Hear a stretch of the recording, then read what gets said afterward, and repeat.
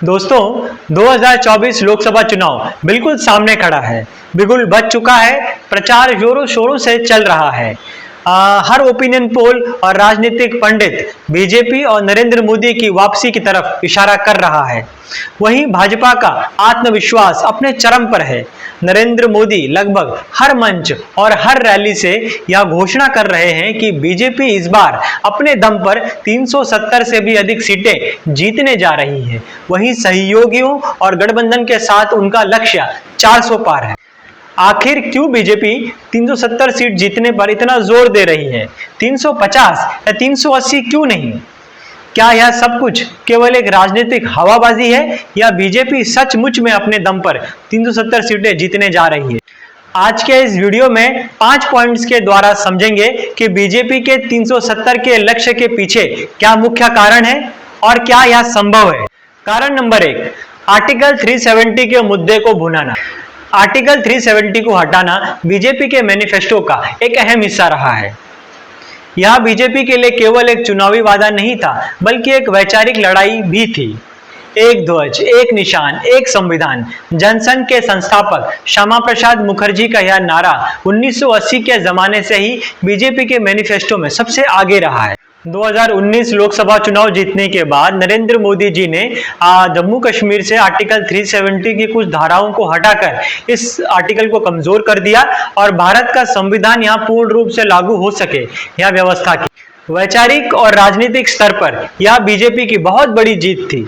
अब इस चुनाव में बीजेपी इस मुद्दे को भुनाना चाहती है और बार बार यह आंकड़ा जनता के सामने रखकर 370 की उन्हें याद दिलाना चाहती है और उन्हें यह कहना चाहती है कि हमने जो राजनीतिक वादा आपसे किया था उसे हमने पूरा किया। कारण नंबर 2, विपक्ष पर दबाव बनाना। 370 सीटें जीतने के लक्ष्य के साथ बीजेपी एक तरह से विपक्ष पर दबाव बना रही है। यह तो सच है कि राष्ट्रीय स्तर पर बीजेपी का मुकाबला कोई पार्टी नहीं कर सकती, किंतु ऐसे कई क्षेत्रीय दल हैं जो इंडिया गठबंधन का हिस्सा बन जाएं तो बीजेपी को नुकसान होता दिख रहा है। इसीलिए बीजेपी 370 का आंकड़ा जनता के सामने बार बार रख करके विपक्ष को यह बताना चाहती है कि अगर वह एकजुट हो भी जाए तो भी बीजेपी इस बार प्रचंड जीत के साथ, पूरे बहुमत के साथ जीत रही है। अगर विपक्ष के हौसले पस्त हो जाएं तो भाजपा तो आधी लड़ाई ऐसे ही जीत जाएगी।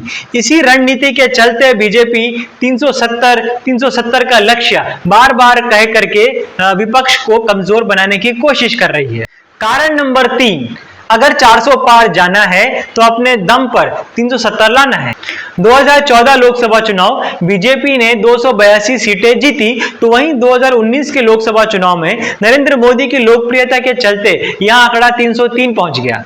यह बीजेपी की सबसे बड़ी जीत थी।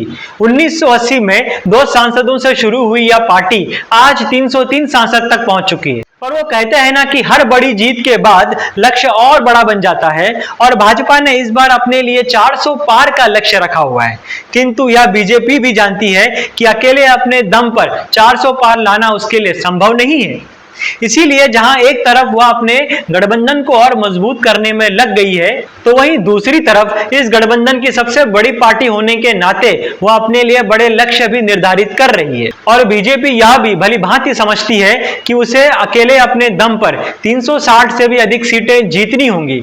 इसीलिए 370 का लक्ष्य अपने सामने रखकर वह 400 पार के सपने देख रही है। कारण नंबर 4, बड़े फैसलों के लिए बड़ा जनादेश जरूरी।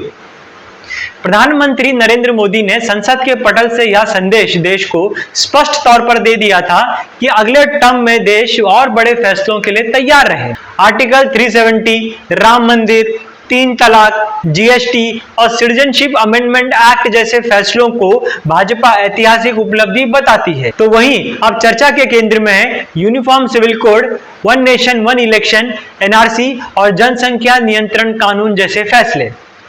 वहीं विपक्ष का यह आरोप भी है कि अगर नरेंद्र मोदी अगले टर्म में वापसी करते हैं तो संविधान में कुछ बहुत बड़े बदलाव देखने को मिल सकते हैं। अगले टर्म में सरकार क्या करेगी यह तो हम नहीं जानते, किंतु अगर सच में सरकार को कुछ बहुत बड़े फैसले करने हैं तो उसे भारी बहुमत भी चाहिए। और 400 पार के लक्ष्य को सामने रख करके नरेंद्र मोदी इसी दिशा में आगे बढ़ रहे हैं। कारण नंबर 5, हार जीत की बहस से दूर, 370 और 400 का लक्ष्य केंद्र में। आमतौर पर हर चुनाव में बहस का मुद्दा जीत और हार पर होता है, सरकार की कमियां और सरकार की उपलब्धियों पर होता है, किंतु भाजपा ने बड़ी चतुराई से इस चुनाव में सारा का सारा मुद्दा जीत और हार की बहस से दूर जीत के आंकड़ों पर केंद्रित कर दिया है। जहां यह बहुत स्पष्ट हो जाए कि भाजपा जीत तो रही है, बस जीत के आंकड़े स्पष्ट नहीं हैं। 300 पार, 370 या 400 पार, यह भाजपा की रणनीति का एक बहुत अहम दांव है जिसमें वह सफल होती नजर आ रही है। तो दोस्तों, क्या भाजपा सचमुच में 370 सीटें ला रही है या 400 पार जा रही है, हम नहीं जानते। क्या यह सब कुछ बीजेपी के खोखले दावे हैं कि विपक्ष इस बार भी धराशायी होगा, हम यह भी नहीं जानते।